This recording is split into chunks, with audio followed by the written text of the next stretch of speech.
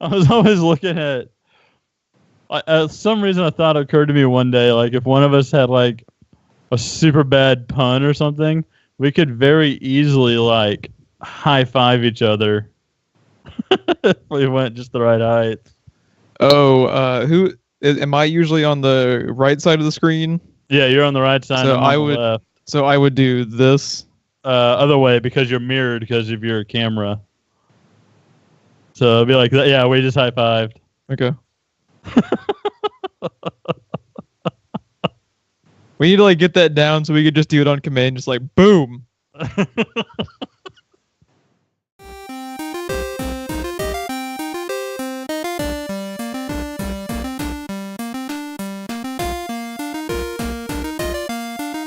Welcome back to a new episode of Tonight's Watch, where we bring you Game of Thrones, the old seasons, and the new. I'm Geoff. I'm Ron. And today we are talking Season 7, Episode 2, Stormborn. And this one's going to be pretty hefty, because there wasn't like a lot of apocalyptic shit going down, but there was like groundwork laid for pretty much like the entirety of the remainder of the series. Yes. And there's a lot of it. They basically laid out the plot of this season and the next. This was pretty much probably, I would guess, one of the very last full-on setup episodes they have. Probably. Because we'll get to a big action sequence at the end, but even that is primarily setup. It's awesome, but it is primarily setup. So let's just jump right in. The episode opens up, picking up right where the last one did, back at Dragonstone, where Khaleesi, Varys, Tyrion, and pretty much like, they have a fuck ton of people on their little war council now. Yes. So the episode opens up in a pretty interesting place, which I actually really appreciate what they do, is they don't forget about lingering character dynamics that a lot of other shows would. Yeah. Like a lot of shows would just say, oh, Varys is here. He got Khaleesi more allies. So that whole thing where he was having assassins out to kill her, that would just go on by the wayside, but not in here. She makes note of it and she calls him out in front of fucking everybody. Yes. And then, like, the one person who's been able to kind of, like, reel her in a little bit is Tyrion, and even she's not having any of Tyrion in this situation either. Yes. Yeah, because he goes to his defense, and she's like, no, the last time, when he was, with... Oh, yeah, because he was with the Mad King before Robert, so pretty much, since he is in, as we've talked about numerous times on Western Perspective, like, he's there for the realm... He isn't loyal to leaders. He is loyal to the people, which they get into pretty deep with their conversation. Yes. Yeah. No, that entire conversation was pretty awesome. And, dude, think about Khaleesi from season 1 to now. The complete difference. Like, yeah, she's a completely different person at this point. She's even cutthroat with her allies, which she kind of needs. She kind of needs to be. I think all of her stuff learned from leading Marine has kind of gotten her to this point to where she needs to like rule sternly, or it's all going to fall apart, because since they're not, and like another big thing behind this is they have the numbers and the dragons. They could just go right then and there to King's Landing, but they don't want to massacre the people. They want to kind of win with as few casualties as possible. They want to liberate the people. They don't want them dead in the streets. Because they make, like, everyone knows Cersei blew up half the capital. All of the people, basically, like, all of the common folk fucking hate Cersei as much as everyone else because they already hated her before. And then she goes and blows up the city. And then she blew up half the city. It's a very Mad King thing to do. Like, pretty much the only person in the world who is on Cersei's side even a little bit is Jaime. Yes. Everyone else, and Necromaster, because he has benefited a lot. Yes, he has. So I'm trying to remember. Okay, where they transition from right there is she kind of has like a come to Jesus meeting with Varys, where she pretty much tells him, if I ever feel like if you ever feel like I'm failing the people, come to me directly. Do not stab me in the back. And he says, I will do that. Yes. So from there, they have Melisandre come into play, which is interesting because when, the first thing that they do when she walks into frame is Tyrion is just like, well, you were all gung-ho over Stannis, and that didn't exactly turn out so well for him. Yes. Yeah, I liked that, and I liked All right, Tyrion and Varys both kind of calling her out. Tyrion did a lot of speaking up for people Khaleesi does not know this episode because she's never met Jon Snow, and then he's trying to vouch for him the way he was vouching for Varys before.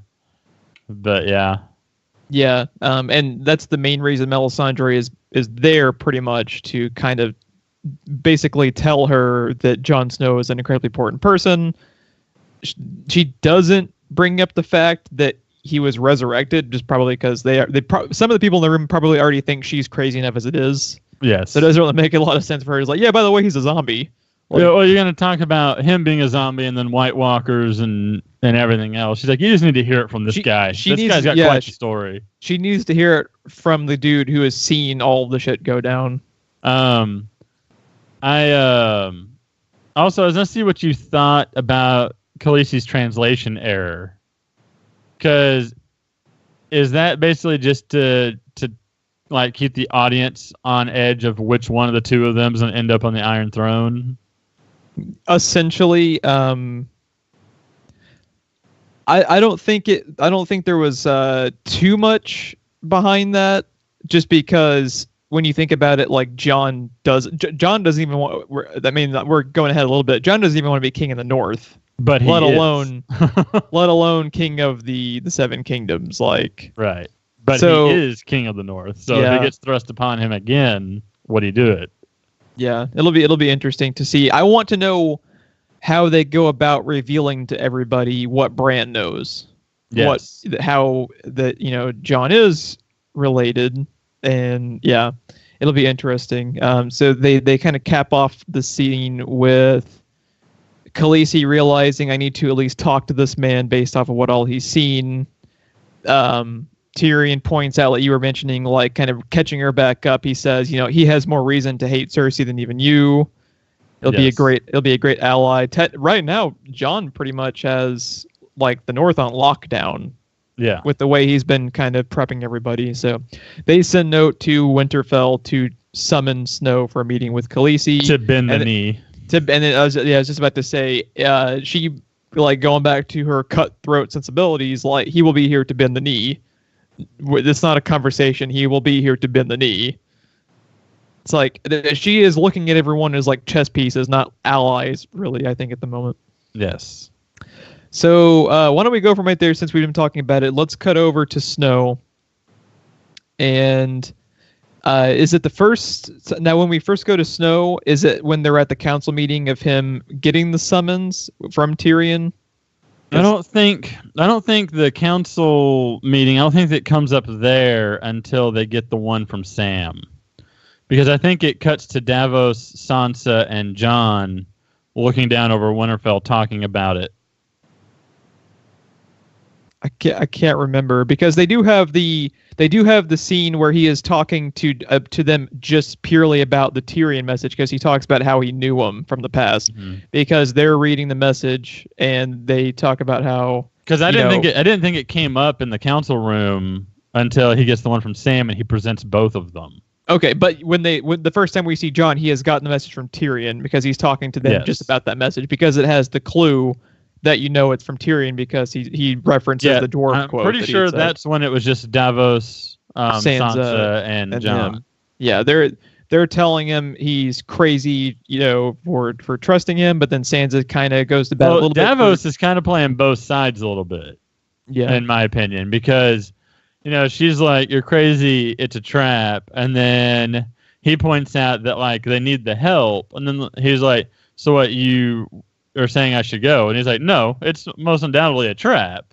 And then he also points out that they need the help. Like, he's just kind of presenting the facts as they are. It ends up being pretty much his best option amidst a sea of bad options that they have right now. Because it's a clusterfuck that they really find themselves in. Let's see. I'm trying to figure out where we should transition to. There was a lot of cutting back and forth, so we're probably going to be getting sequences mixed up. Why don't we go right now and talk about Cersei's scene with the Necromaester, where they establish that The dragons, we are prepping something. And as soon as they said that, I was like, fuck. Yeah. Because the Necromaster has been nothing but crafty for them at this moment, like at this point in the show. Like, fucking Zombie Mountain has been pretty useful for them, I would say. Yes. So when he says, like, they're working on something, it's probably going to work. And then they go down and demonstrate it in the kind of like the trophy room of Roberts, where he has all the dragon skulls. And it is this gigantic ass ballista thing. Yes. Yeah. Now I have a feeling that scene is going to be even more incredible than the one in The Hobbit. Yeah. Because, yeah. Now, it's one thing, to shoot a skull. It's a different thing to hit a fucking flying dragon. But how many dragons do you think are going to get taken down in the King's Landing siege? Because at least one of them has to be taken out, or they wouldn't have established that sequence. Yeah, I don't know. I'm thinking that we might lose 2. I'm thinking the last one standing is going to be the black one. See, I think what's either going to happen is when they go after King's Landing, what is going to be left is either Drogon, the main one, or Drogon's going down, and it's going to be the 2 smaller ones left. I think it's either going to be the 2 smaller ones left or the big one. You think it'll be the big one going down, and she'll be riding it? Yeah. They'll probably be targeting it, and she's riding it. Yeah. It's because they have to at least lose one, or they wouldn't have established that weapon. Right. Which also fucks them in the next season when they're trying to take out the zombies. Because that's like, now that's one thing too. They actually pointed out, Davos points out, the White Walkers, like, their main weakness is fire. She has fucking dragons. That was one of his reasonings behind needing to go to. We should point that out. What didn't he say something like, and what breathes fire? Yeah. Something like that? Yeah. I just want Zombie v Dragon right now. So bad. So let's see. So I'm trying to figure out where we should transition. Do you want to talk a little bit right now? The first time they check in with Arya, they show her in like a little diner type thing, like a medieval. I forget what they would call it. But she basically goes back to visit Hot Pie. Yeah. And this is the moment where she reveals that she doesn't even know what's been going on, really, because Hot Pie is actually the one that reveals to her that the Boltons are dead and Snow's in charge. Brown the butter first. I didn't do that. Oh, you've been making a pie? Is that 1 or 2? Yeah. Her character is so fucking disturbing now. Oh my god. She's so fucked up in the head. It's like almost hard to root for her to an extent. It's like because she is like just so casual about the horrible fucking Scott Titterman treatment she's been giving to the. Oh, I know. That was the kid's name in South Park, right? With the chili episode, was it Scott Titterman? Yes, I believe so. Pretty sure. So Arya has the option now that she knows that Snow and them are in charge at Winterfell. Does she want to follow to King's Landing with her plan to go after Cersei, or does she want to return home? And of course, she's going to be just missing Snow. Yeah, pretty much. Yeah, she's always just one step away from actually being reunited all the way around. Yeah. But she does have Sansa still there that we'll get to later once we go back to the War Council meeting. So Arya decides to head back to Winterfell, which is really the first time she has kind of chosen family. Because the first thing she did when she went back, she didn't even bother asking. This shows she didn't even bother asking the status of some of her family. She went straight to the phrase for vengeance. You know, this is the first time she's actually thinking of like as a person as opposed to like just a cold-blooded killer, essentially.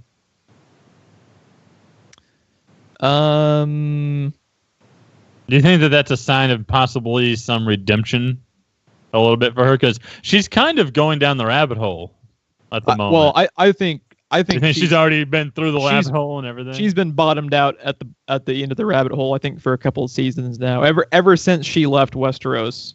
Mm-hmm. I think. Why don't we let's just since we don't have to do it in exact flow of the episode, let's just talk about the end sequence with her. Okay. Because I think it's interesting. So the last time that you see Arya, she is in the woods and her horse starts getting spooked. And then she ends up being surrounded by a pack of direwolves. And then she goes up to kind of like their pack leader and then realizes it is her wolf from the first season. I believe it was the first season. Yeah. Like Nymeria, something like that, whatever the wolf's name is. I think it's Nymeria.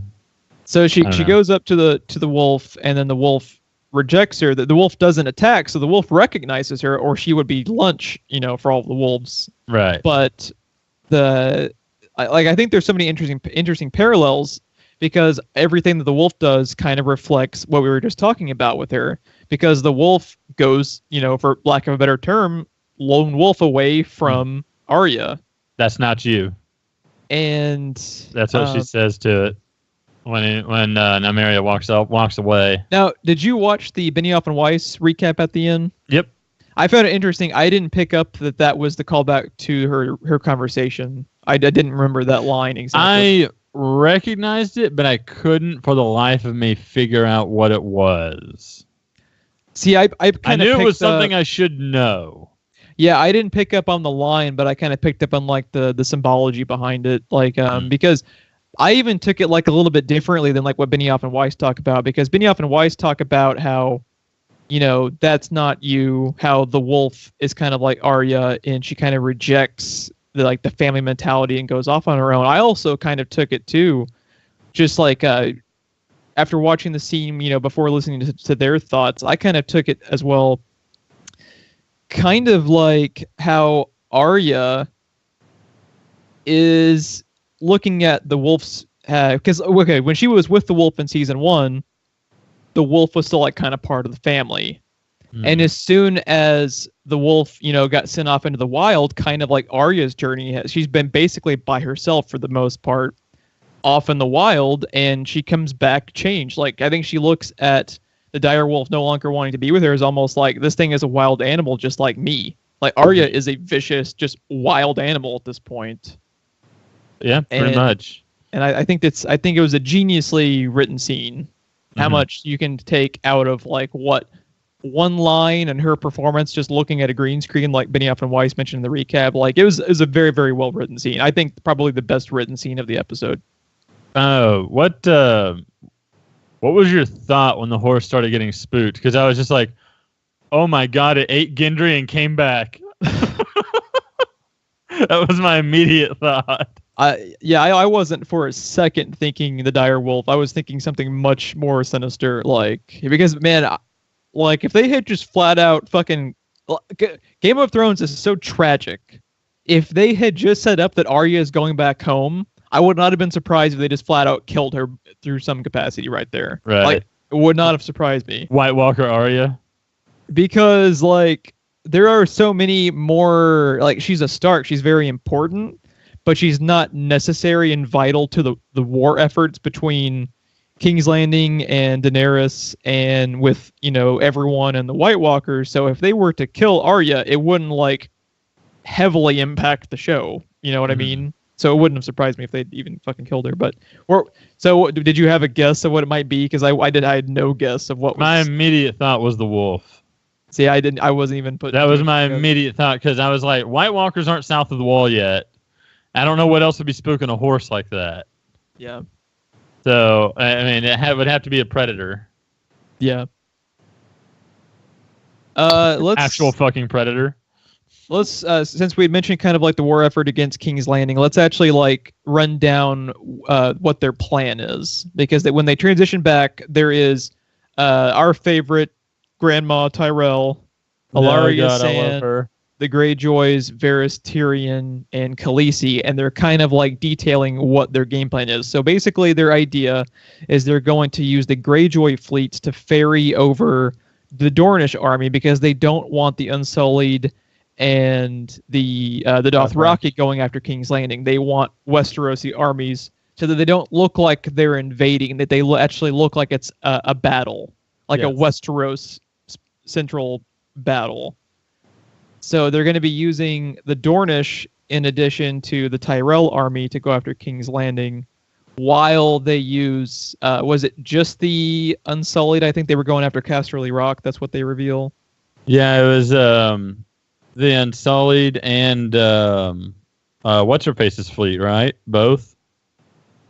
And whose fleet? Theon's sister. No, because they were using the Greyjoy fleet to usher over the Dornish. Okay. So they were going to be bringing in Ilaria Sand's group with the Greyjoy ships to help with King's Landing, and I'm pretty sure the only people going over to Casterly Rock were going to be Grey Worms Unsullied. Okay, that's Could right. be wrong, but I think you're right. I think that's the way that they had set it up. In the final scene of the episode, my brain jumped to like 5 different things, and I got stuff mixed up. Yeah, this episode jumps around a fucking lot. Yeah. Like, even for Game of Thrones standards, it jumps around a lot, so bear with us, guys. I loved the end cap of the little war council when it is Khaleesi and Grandma Tyrell.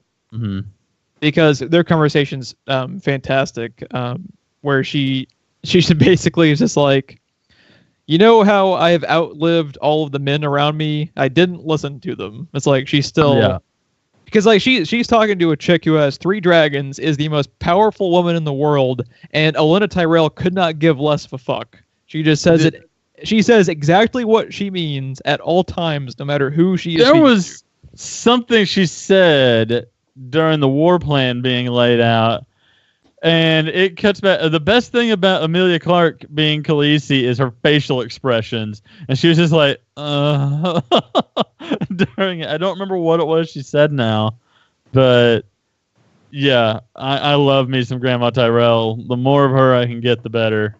Her and then where she just tells her to be a dragon. It's like, yeah, it's so cool. Like all the characters they have lined up on the Khaleesi side, it's so interesting who they have compiled. I've got a feeling she's going to start going down this path where she's not nearly as bad, but she's going to start without realizing, drifting towards Mad King status, and then someone's going to have to reel her back in.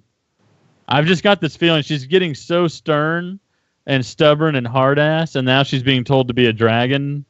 Like, I've just got this feeling that she's going to start going down that path without realizing it. It'd be interesting. And then like something will happen, or something is going to reel her back in. They have a handful of ways the show can predictably go, and then it won't go any of them. and they won't go any of them. So there's really like no fucking telling what's exactly going to happen. So we had mentioned how Grey Worm and the Unsullied were going to be going over to Casterly Rock. They finally established the romantic relationship between him and Missandei, which I found incredibly odd because they have been purposefully skewing away from the tits and ass Game of Thrones that they kind of got shoehorned into being by the public. Right. They've been going away from that for the last few seasons. They were just like full on, like showing you everything basically in this scene for really no reason, which I found really strange. Did you find that sequence kind of out of place? I found it a little bit out of place just because they've been getting away from that. Yeah, I see your point, but at the same time, like, I don't know. I feel like, I'm not saying that it was necessary because it did go on a lot longer than it needed to, but it went on for about like a minute and a half longer than I think it needed to. Yeah, like I understand what they're establishing though, because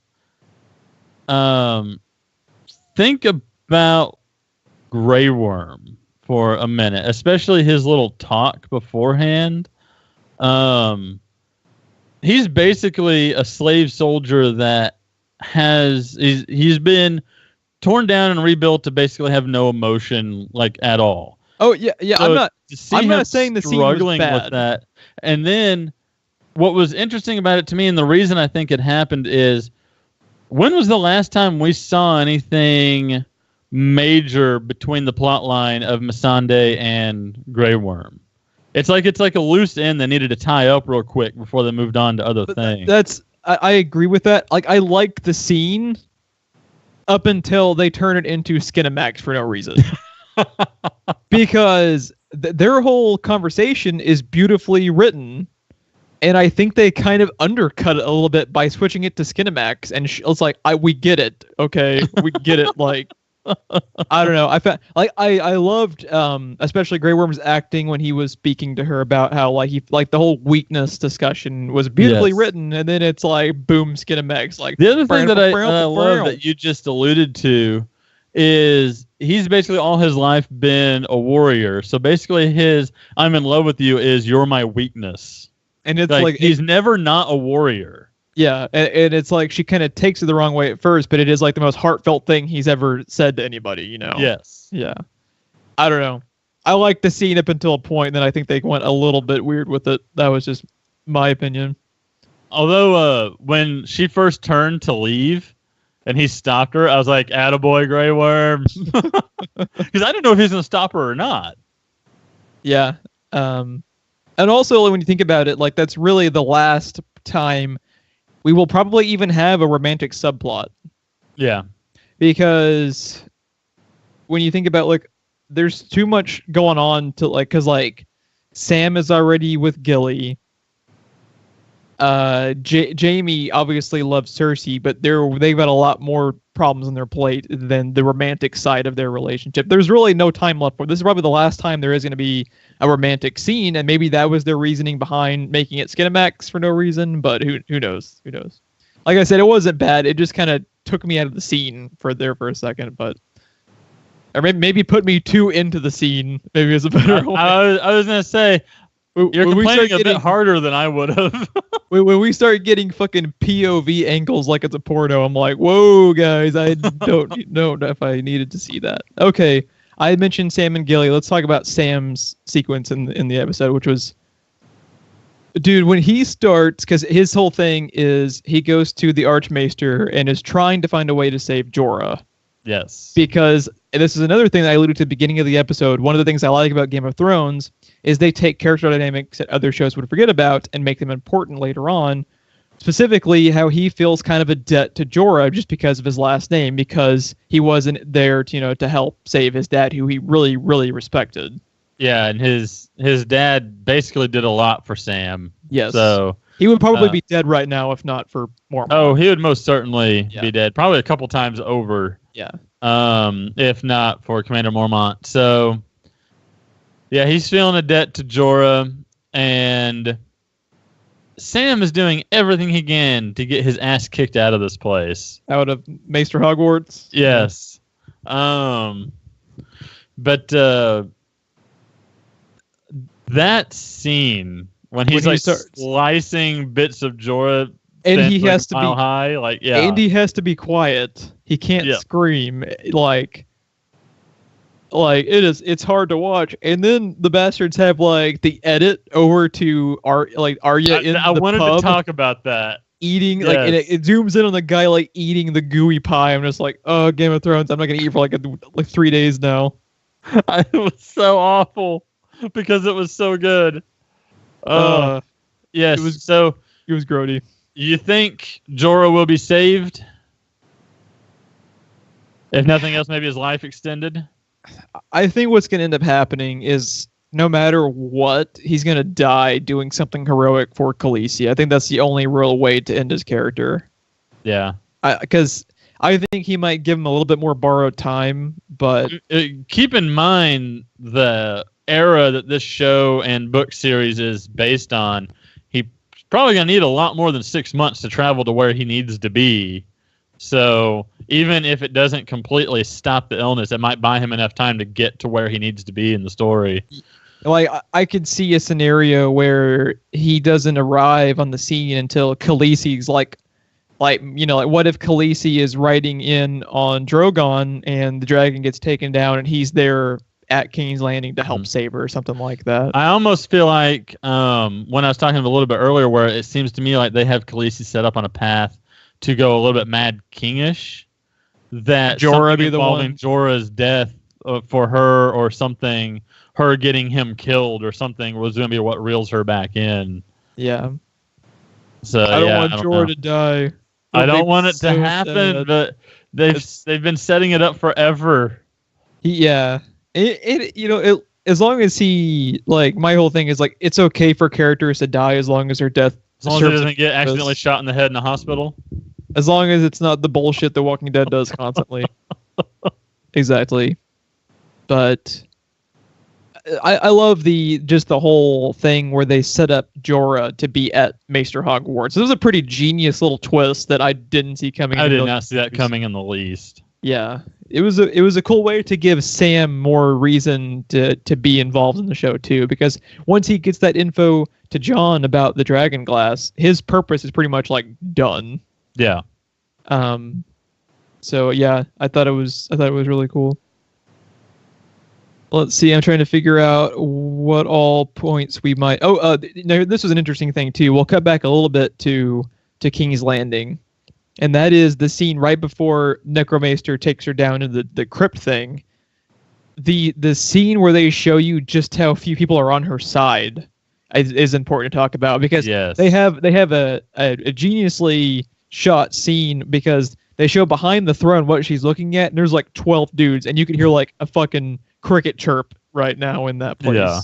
She has less than zero support. Like, it is embarrassing how little she has. Her best shot at anything is a Tarly, and that is not good.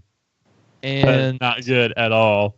Yeah, and that guy, Jamie, goes after him, basically promising, you'll be Warden of the South if you help us. He starts, Sam's dad is a dick, but you have to kind of like respect his convictions in this sequence, because he's basically telling Jamie like, he even has that line about the Red Wedding, like, our name means something, we don't backstab, we don't slit people's throats at weddings or whatever little comment he slides. Like, he's saying that to Jamie, and it's, he's got some balls, he's an asshole, but he has some testicles. Yes. So yeah, he's like when you just think about like how royally screwed they really are, the fact that she's having to go after him, like, it's even hammering the point home even more. Because I mean, Catelyn, Blackfish, and Jon Arryn and his wife, like, anything related to the Tarleys has happened at, like, basically due to the Lannisters in some way. Yep. And that's their best shot. And it not even like having an upper hand at, like, basically just surviving a little bit longer. Like, they are grasping at straws just to maintain. And Cersei's whole attitude is like, Cersei doesn't give a shit. Yeah. They could storm the city at that moment, and she just could not care less about like anything right now. It's like, she just bring it on, bitch. Like, I like how she used the callback though to Khaleesi crucifying people and all that to paint her like she's like the Mad King. But the thing is too, like, she's not wrong. She's not wrong, because she did all of those things. It's just she is like lying through omission. Yes, but she's not full on lying, which is also interesting. She just painted it in a way that makes her look like the Mad King. Yeah. Why don't we go back now and talk about the War Council meeting back at Winterfell, where Jon brings in both the messages to bringing him up to everyone as opposed to just Davos and Sansa. To where, he goes and he's walking through all of the Karstarks, Umbers, and Lyanna Mormont as well, basically saying like, yes, this sucks. Yes, I probably should be here. We're out of fucking options and running out of time. We need the dragon glass that Sam, he says, like, I trust him more than anyone on the planet. Mm-hmm. She's literally on top of the gold mine that we need to have a chance at winning, because if they can get that, they can actually be properly equipped. She's got fucking dragons, which I like too, how so many people in Westeros still don't believe the dragons. They're all like, oh, that's bullshit. You hear like the collective sigh throughout the room almost. Yeah. And then Jon even has to, in front of all of those people, defend a Lannister, and they're not having that either. And this is the first time too that even Lyanna Mormont doesn't go to his aid. She's always supporting him every time. Always been the one to save his ass. Yeah. And even she is like, you're the king in the north, you need to be in the fucking north. And they're not wrong, but they have no better options. So he does what everyone kind of expects, and he's like, I have to go do this, and I'm gonna leave Sansa in charge. You're technically the Stark. Now, what before we talk about the Littlefinger side of it, because that's how like the last time we see Jon before he's about to leave. Before we talk about that point, what do you think is going through like Sansa's mind once she finally gets, which what she's been wanting for a while is, and kind of deservedly so when you think about the Battle of the Bastards and how they would all fucking died in that battlefield if not for her. Right. But she was also in the wrong because she totally forgot to mention, oh yeah, I've got this cavalry army we could use. Yeah. So, that was something that was driving you and me nuts. So what do you think? I don't really know, because on the one hand, you know, yay for her, but on the other hand, she's not altogether there anymore the way we used to know her. She's kind of sinister now. She's cutthroat like Khaleesi is in her own way. Yeah. How like, and I mean, like for instance, if she had already been in charge one episode earlier, she was about to kick out a lot of their forces because she was like, fuck the Karstarks, fuck the Umbers, you know. Yes. So it'll be interesting to see like how far she goes in that role, or maybe the fact that she's now not in a position to undercut Jon now that she is in charge. Maybe that'll snap her back a little bit now that it's actually happening. Like, I can't be as reactive. I need to put more thought behind my actions. Yeah, maybe it will. I don't know. And another thing that's going to be interesting also is, like I said, remember the time period we're talking about. She may be in charge for a couple of years. By the time he does all the traveling, does what he needs to do, and travels back, it could be at least a year that he's gone. Yeah, because obviously Winterfell is super far north. I don't know exactly where on the map Dragonstone would be, but it's got to be a fucking trek. Like, it's probably going to take him like 3 or 4 episodes just to get there. Yeah. And then now let's talk about before Jon leaves, he goes down into their kind of family crypt, and Littlefinger has the cojones and the gall to walk through their crypt. Like, he basically is part of the family, and Jon is like Kit Harington in the scene's great. It was more like he owns Winterfell. Basically, you saw the smile on his face when he announced Sansa, and when he even tells Jon in that scene where he's just like, you know, how about a thank you? Like, I was like, are you fucking kidding me? Now, Kit Harington is fantastic in that scene where he fucking starts choking his ass out. But he is totally in the right. He still should not have done that because Jon is underestimating Littlefinger. Like, you do not want to fuck with that man.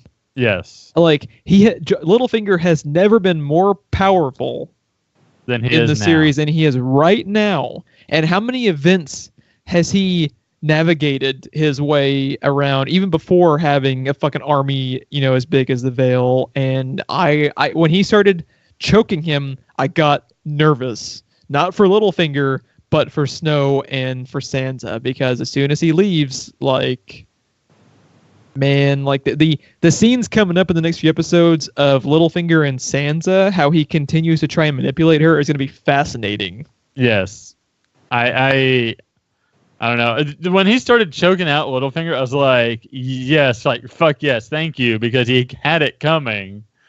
But at the same time, Zero fucks Jon Snow is not the smartest thing at the moment, because he's leaving his hands, his kingdom in the hands of Sansa, who is basically a victim of Littlefinger. So Littlefinger may end up controlling Winterfell and the Vale.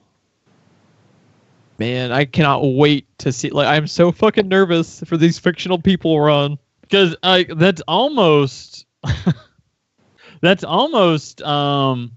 or less going down the path of Robb, how he was on the warpath and then lost his home, which they even talk about in the War Council, like when they start talking, when all of the families start talking shit to Jon. It's like, you know, what happened with Robb.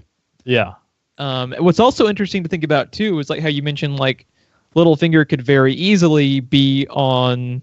Be in charge of both Winterfell and the Vale. When you think back to the season finale of last year, how when he goes up to try and kiss Sansa, he says, the only reason I can remember it, so I just watched it over the last few days. I went back and watched Battle of the Bastards and Winds of Winter. He goes up and he tells her, you might remember this, like, when I close my eyes, I think of the picture of me on the Iron Throne and you by my side, and everything I do is with the goal of getting that picture into reality. Mm-hmm. So Littlefinger, while Jon doesn't care about going to Khaleesi and bending the knee because Jon doesn't care about really being king, fucking Littlefinger doesn't want Khaleesi in charge. He wants to be in charge. So he is like delicate, like Sansa's in a very delicate position. He's reaching the stage in his game where he has to ramp it up. Yeah, because things are getting close now. We're nearing the end of the game, and Littlefinger can't play from the shadows anymore. Yeah, he's gonna have to be out in the open. And what's scary is he doesn't have to anymore because of the way he's positioned himself. He can't outright do things because of his army, his standing. Do you want to talk now? I think we've covered everything except for the Greyjoy stuff at the end. Was there any other things you want to talk about before we jump into that? No, the one mental note I had down was that fucking scene transition to talk about. With the pie and the... Yes, the fucking pie. I'm still cringing just fucking thinking about it, dude. I cannot eat chicken pot pie for a while. Oh, God. Fuck you, Game of Thrones. Ruining pot pies for us. Once again, the fucking brilliant sound design, both in the Jorah scene and the goddamn pie crust. Oh, by the way, too, Ian Glenn in that scene when he is getting... Holy shit, his performance, dude. Like, he sold that... Yes. So fucking eerily well. Like, no. It's almost like they actually had to slice part of his chest off. Like, yeah, it was almost like he was method acting to some degree, which I don't want to know about. Like, it was just insane. But yeah, let's talk about the ending of the episode now. So they transition back. Alaria Sand is with the Greyjoys. They're sailing to go get all of her men, basically, to bring them back to King's Landing, as we had alluded to earlier, when they start giving away their battle strategy. And I should have been expecting shit to go down, but I didn't think of like the what the fuck moment of the episode tying into them just yet. So like when they have their whole scene where Yara and Alaria are flirting because everyone knows they're bisexual and fucking crazy, so naturally that would happen. Foreign invasion. Their dialogue and their acting and Theon's acting of just like he's just like not again. Because this is like Yara goes out of her way to put him in awkward situations almost just to fuck with him. Yes. But like when they get fucking attacked, and they get fucking attacked, like the whole fleet just starts pretty much wiped out, getting demolished. Like, did this catch you off guard? Because I was not expecting shit. I was not expecting it at all. I figured we were either going to cut away to something else, or honestly, I knew it was getting late in the episode. I didn't know how far it was. I was expecting credits in there somewhere. And I was thinking maybe even when their uncle jumps onto the ship, like credits, because the way Game of Thrones works. And you know what also kind of, like, the episode is so much setup, it like lulls you to sleep. Yeah. Because typically when Game of Thrones has episodes like these, it is wait, come back next week, and there's going to be a whole lot of shit go down because we've set it all up. But here it was just like, boom, this is a big action sequence. Like, it is big action sequence. Huge. And it is very bad news for Khaleesi's forces. But the thing is, the moment I realized it was their uncle, I was like, the gift to Khaleesi, the gift to Cersei thing makes so much fucking sense now. What better than the woman who killed her daughter? How, like, when he showed up on the scene, and it's like the thing that made me that clicked in my brain that was the gift was when they have Yara tell the Sand Snake girl, "Your mom is down below, go protect her." I was like, fuck. The I'm not even joking. The instant I realized it was him, I was like, oh, because they had the callback to her killing what's her face, Marcella. Marcella. Tyrion, and again, of the show not forgetting about subplots. Yes. Him calling it, because like that's his fucking niece. That yes. Because they had that callback. So the moment he showed up, I was like, that's his fucking gift. So holy shit! Because you and I were speculating, like, what could it possibly be? Yeah, I didn't even think for a second about that. But that was like, if she couldn't get Tyrion, that is her number one. Like, I want them fucking dead in the world outside of Tyrion is her. Now, 2 of her girls are dead. Did the one that was below deck with her die? Like, whatever happened to her? Did it show? I know they got taken. So, okay, the one Sand Snake girl is down below helping her mom. Right. The 2 that die, for sure, were the Whip Girl, which is, I believe the Whip Girl is from Iron Fist. I believe that's Colleen Wing. That's that actress. I forget the actress's name, but she dies. And the one that was always like known for using like the halberd type thing, she dies. Mm-hmm. But I'm pretty sure the other one was left alive below because they get taken. I think if they had killed the other one, they would have shown the other one like they did the 2 up aboard. But like when they, just really quickly, in the aftermath, when they showed them mounted on the front of the ship by their weapons, like that was harsh. Even for this show, it was hard to watch. And like, those characters have been nothing short of asshats. And even I was like, Jesus, like, it's brutal.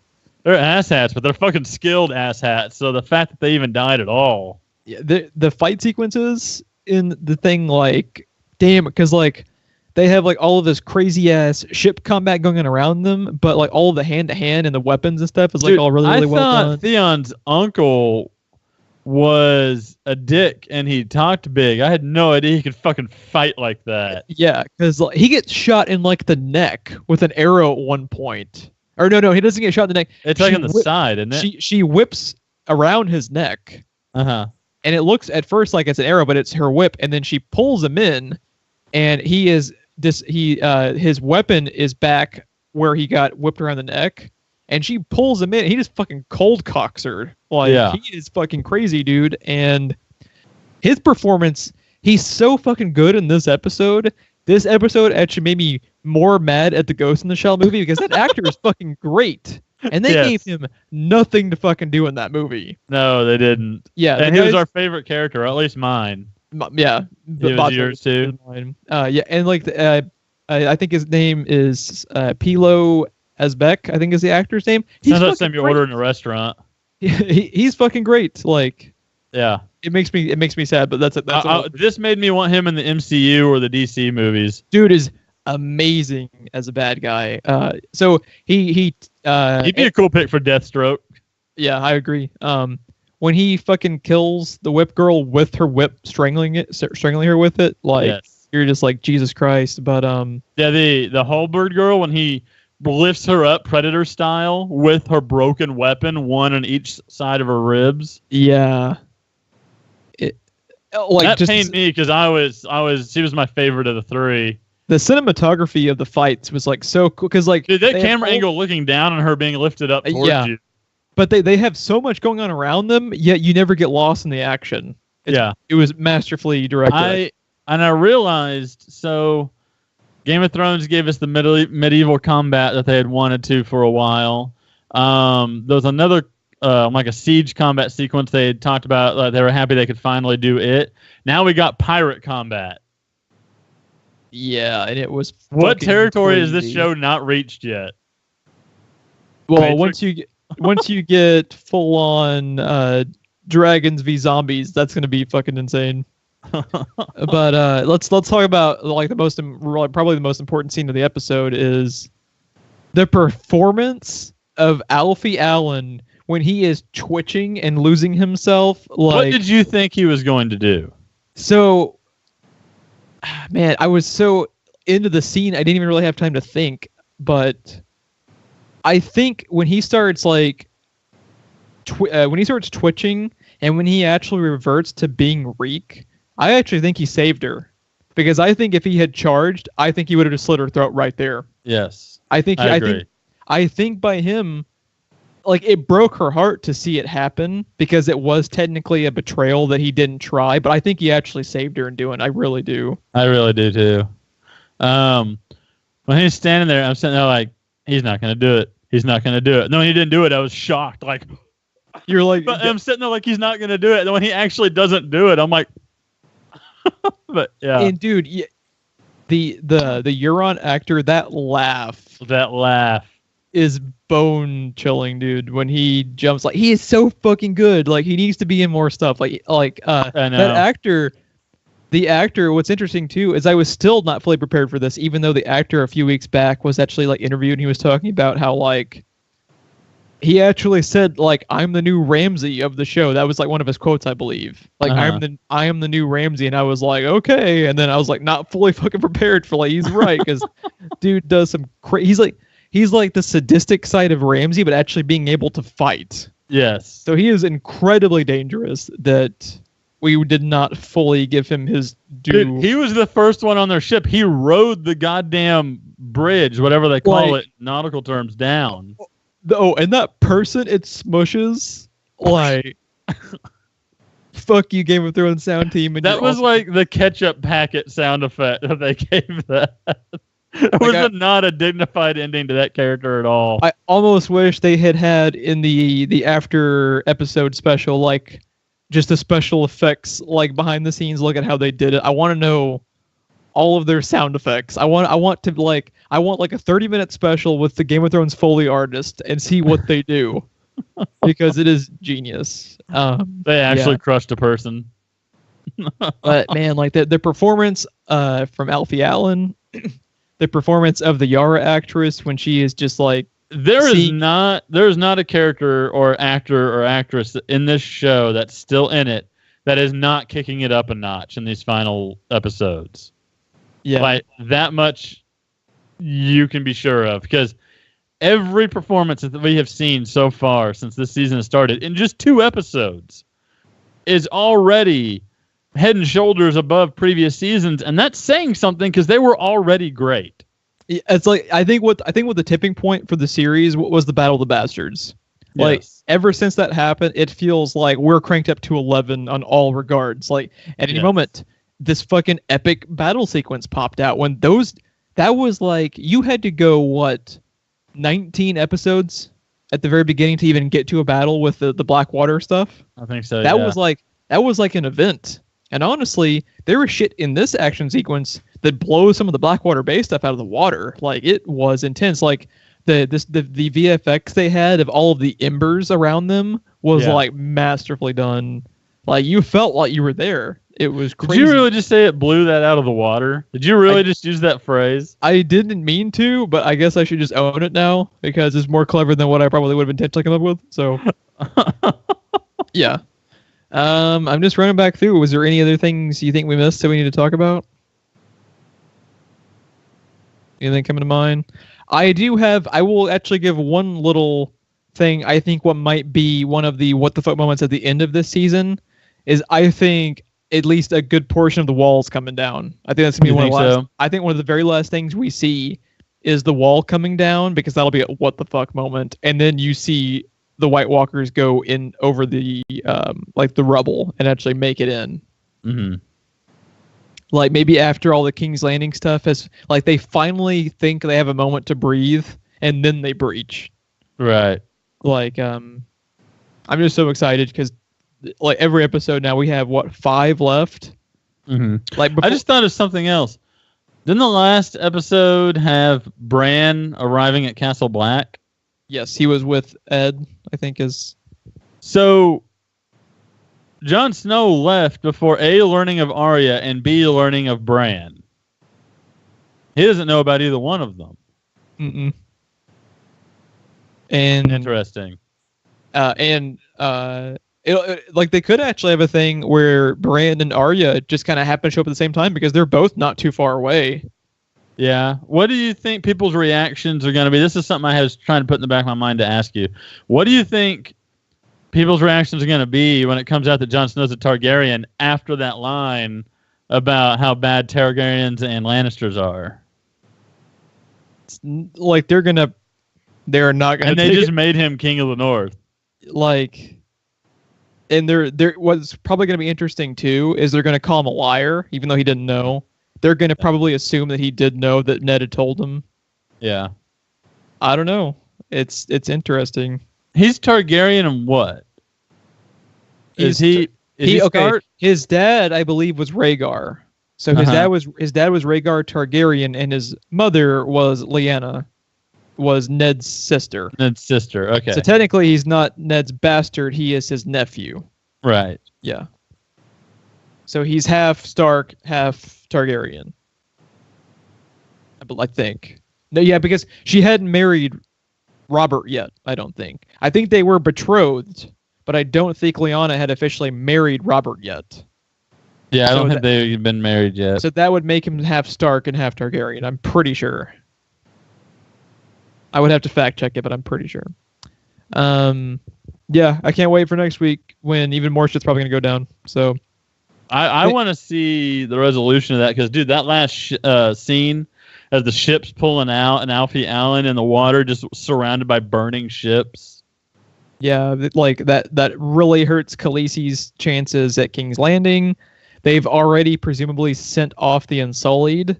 So Khaleesi is also vulnerable right now because she has been moving the armies out. I have a feeling that the uncle having all those iron ships built, they're going to end up in... Is her name Yara? They're going to end up her ships, I feel like.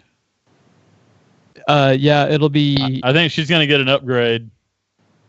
Like how they end up dealing with Euron is going to be really interesting. Yeah. If you would like to check us out more, please like and subscribe. In addition to our current episodes of Game of Thrones, we also have a recap show where we go back to the earlier seasons. It's called West Perspective. You can also find it on the channel. Right now we have covered... This is our second season of doing it, so right now we have in its entirety seasons 1, 2, and 6. Half of 3. And then half of 3. We took a break after the middle of 3 to talk about the new episodes, obviously. We have social media links for Facebook and Twitter below in the description. Please follow us there and share us out to your friends and family. We'd greatly appreciate it. For this night and all the nights to come, I'm Geoff. I'm Ron, and this watch has ended.